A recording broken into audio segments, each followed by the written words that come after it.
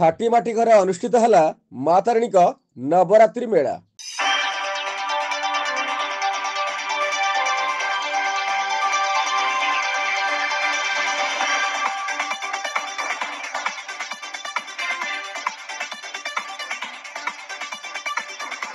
ଯାହାର ପଣତା ତଳେ ବିଶ୍ୱ ଜୀବଜଗତର ଚଳପ୍ରଚଳ ହେଉଛି, ଯାହାଙ୍କ ନିର୍ଦ୍ଦେଶରେ ସୂର୍ଯ୍ୟ ଚନ୍ଦ୍ର ପୃଥିବୀ ପୃଷ୍ଠରେ ତାଙ୍କ କାୟା ବିସ୍ତାର କରିଛନ୍ତି।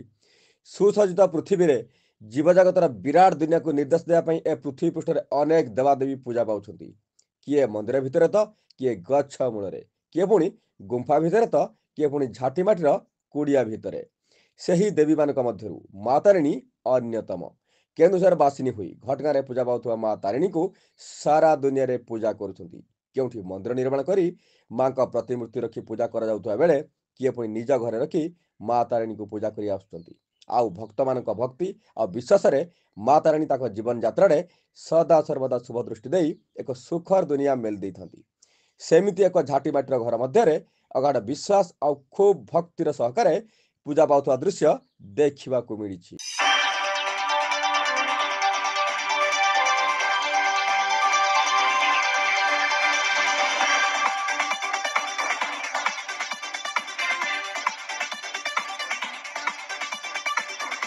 ନୂଆପଡ଼ା ଜିଲ୍ଲା ଖଡ଼ିଆଳ ବ୍ଲକ ଅନ୍ତର୍ଗତ ପଦ୍ମପୁର ଗ୍ରାମରେ ରହିଛି ଜଳନ୍ଧର ପଟେଲ ଏବଂ ତାଙ୍କ ଧର୍ମପତ୍ନୀ ସାଧନୀ ପଟେଲଙ୍କ ଏକ ଝାଟିମାଟି ଘରଟିଏ। ସେହି ଝାଟିମାଟିର ଘର ମଧ୍ୟରେ ଦୀର୍ଘ 20 ବର୍ଷ ହେଲା ମା ତାରିଣୀଙ୍କୁ ପୂଜା କରି ଆସୁଛନ୍ତି ଗ୍ରାମର ଜଳନ୍ଧର ପଟେଲ ଏବଂ ତାଙ୍କ ଧର୍ମପତ୍ନୀ ସାଧନୀ ପଟେଲ।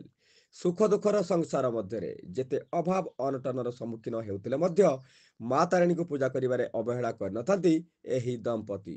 ମା ତାରିଣୀଙ୍କୁ ସେବା କରିବାରେ ତାଙ୍କ ଜୀବନ ସାର୍ଥକ ହେଉଥିବା ସହିତ ମାଙ୍କ ପୂଜା କରି ଖୁବ୍ ଶାନ୍ତିରେ ଜୀବନର ଚଲାପଥ ଆଗକୁ ବଢ଼ି ଚାଲିଛି ବୋଲି ପ୍ରକାଶ କରିଛନ୍ତି। ଦୀର୍ଘ 20 ବର୍ଷର ଏକ ଲମ୍ବା ରାସ୍ତାରେ ମାଙ୍କ ପୂଜାରେ ଅନେକ କିଛି ସୁଖ ପାଇସାରିଥିବା ବେଳେ ମା ତାରିଣୀଙ୍କ ଉପରେ ବିଶ୍ୱାସ ରଖି ଆଖପାଖର ଭକ୍ତମାନେ ମଧ୍ୟ ଏହି ଝାଟିମାଟି ଘରେ ପୂଜା ପାଉଥିବା ମା ତାରିଣୀଙ୍କ ପାଖରେ ଆସି ଶରଣାପନ୍ନ ହୋଇଥାନ୍ତି। ଆଉ ଭକ୍ତଙ୍କ ମନସ୍କାମନା ମଧ୍ୟ ମା ତାରିଣୀ ପୂରଣ କରିଥାନ୍ତି ବୋଲି ଆଖପାଖର ଭକ୍ତମାନେ ପ୍ରକାଶ କରିଥାନ୍ତି। ସେହି ମା ତାରିଣୀଙ୍କ ନବରାତ୍ରି ପୂଜା ଆରାଧନାର ଏକ ମେଳା ଖୁବ୍ ଉତ୍ସାହ ସହକାରେ ପାଳନ ହୋଇଯାଇଛି।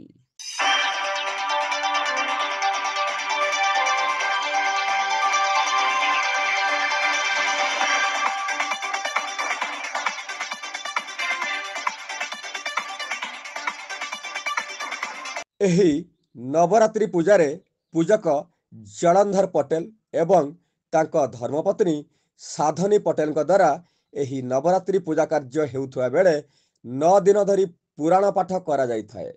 ଏହି ନବରାତ୍ରି ମେଳାରେ ଖଡ଼ିଆଳ ଅଞ୍ଚଳ ସ୍ଥିତ ଆଖପାଖ ଅଞ୍ଚଳର ଶହ ଶହ ଭକ୍ତଗଣ ଉପସ୍ଥିତ ରହିଥିଲେ।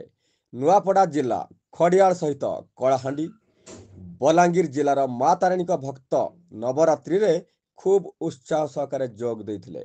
ମାଙ୍କ କୃପା ଲାଭ କରିବା ପାଇଁ ଦର୍ଶନ କରିଲେ ମାଙ୍କ ଆଶୀର୍ବାଦରୁ ସମସ୍ତ ଦୁଃଖ କଷ୍ଟ ଦୂର ହୋଇଯାଇଥାଏ।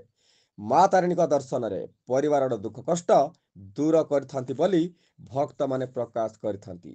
ଏହି ପଦ୍ମପୁର ତାରିଣୀ ପୀଠ ଦୀର୍ଘ 20 ବର୍ଷ ହେଲା ଆବିର୍ଭାବ ହୋଇଥିବା ବେଳେ ଏବେ ପର୍ଯ୍ୟନ୍ତ ଏକ ଝାଟିମାଟି ଘରେ ମା ପୂଜା ପାଇ ଆସୁଛନ୍ତି।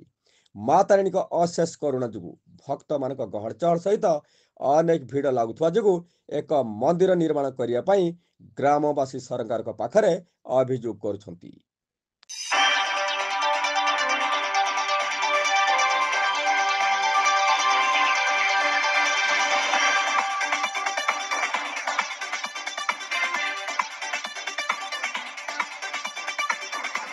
ନୂଆପଡ଼ାରୁ ଲୋକନାଥ ପଟେଲଙ୍କ ରିପୋର୍ଟ, এবি ନ୍ୟୁଜ୍।